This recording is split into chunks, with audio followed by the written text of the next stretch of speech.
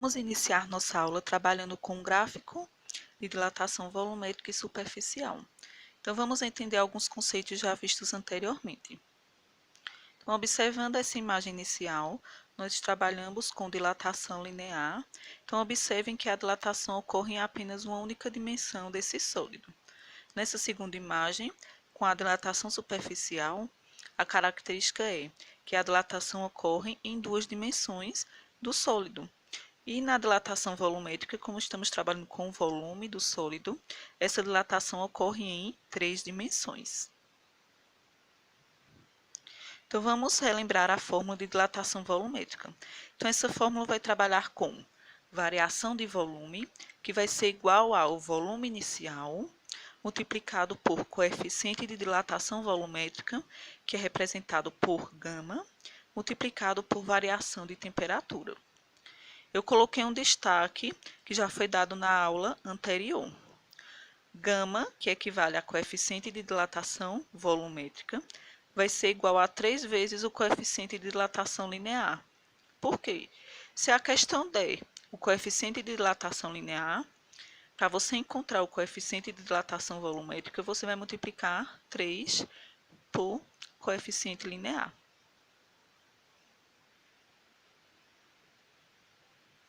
Vamos agora para o nosso exemplo. Observe o gráfico abaixo e determine a variação de volume de um cubo metálico de 20 centímetros de aresta ao ser aquecido de 0 a 100 graus. Então, primeira informação que nós precisamos aí destacar desse enunciado. Determine a variação de volume. Então, se nós estamos trabalhando com variação de volume, então nós vamos aplicar a fórmula de dilatação volumétrica. Então, nós vamos trabalhar com dilatação volumétrica. E observem que ele deu outra informação, cubo metálico. Ele não especificou o tipo de material desse cubo. Então, olha que informação interessante. Nós precisamos saber qual é o tipo de material para determinar o coeficiente de dilatação volumétrica. E aí foi dado que esse cubo apresenta 20 centímetros de arestas.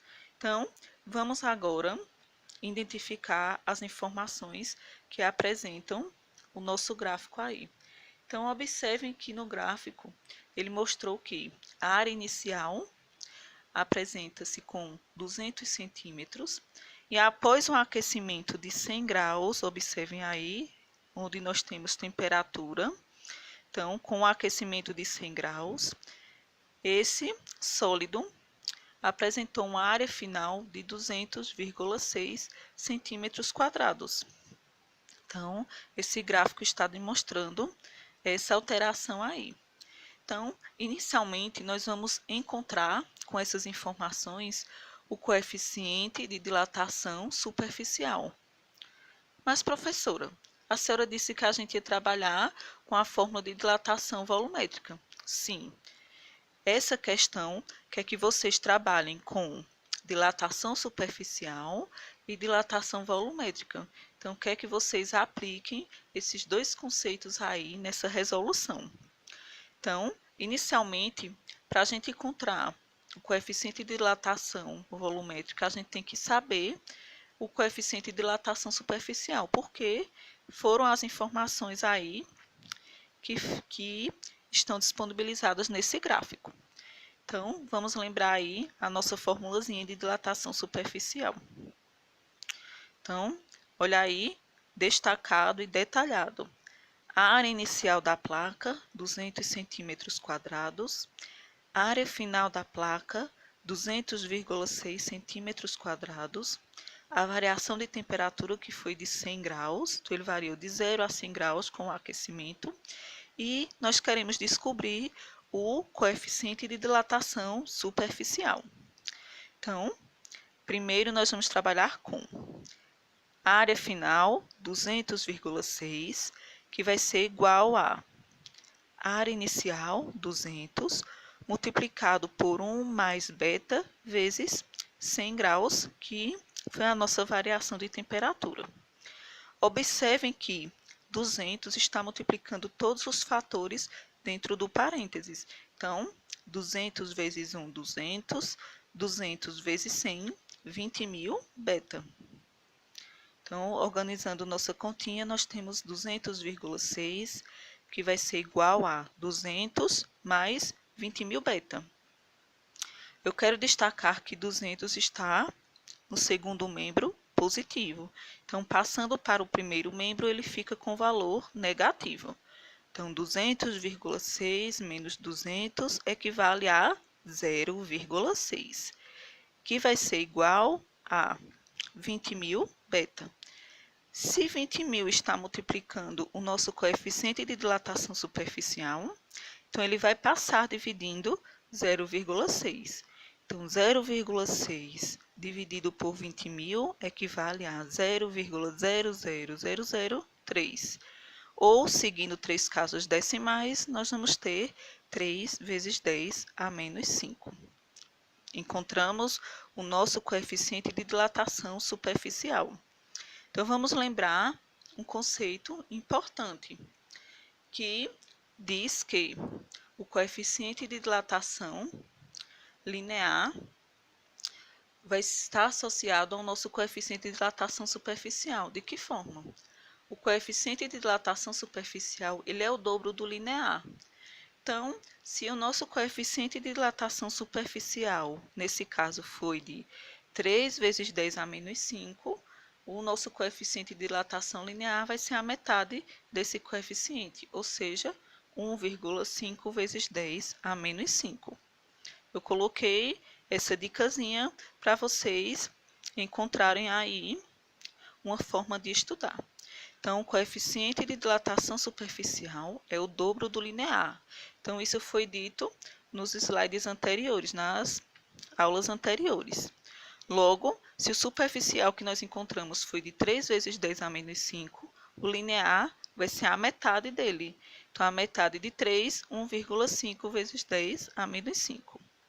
Então, vamos agora observar a organização das informações. Então, volume inicial. Então, nós vimos que a aresta equivale a 20 centímetros. Como nós estamos trabalhando com o cubo, 20 vezes 20 vezes 20 equivale a 8.000 centímetros cúbicos. Variação de temperatura, que foi de 0 a 100 graus. Então, final menos inicial. Então, nós temos aí a variação de 100 graus. E observem, já foi dito, coeficiente de dilatação linear, nós encontramos, foi a metade do superficial. Metade de 3, 1,5 vezes 10 a menos 5. A dicasinha que nós vimos no início, coeficiente de dilatação volumétrica é 3 vezes o coeficiente linear. Se o linear é de 1,5, volumétrico vai ser 3 vezes 1,5, no caso, vezes 10 a menos 5. 3 vezes 1,5 equivale a 4,5. Vezes 10 a menos 5. Caso vocês queiram deixar esse coeficiente com o valor inteiro de 45, vocês seguem uma casa decimal e acrescentam um número aí nesse valor do expoente. No caso, a menos 5 vai ficar 45 vezes 10 a menos 6. Então, vamos agora observar a nossa aplicação na fórmula. Então, essa variação vai ser igual ao volume inicial, que foi dado de 8.000, multiplicado por o nosso coeficiente de dilatação volumétrica, que foi de 45 vezes 10 a menos 6, multiplicado por variação de temperatura, que foi 100 graus. Então, o que foi que eu fiz? Organizei esse nosso valor aí.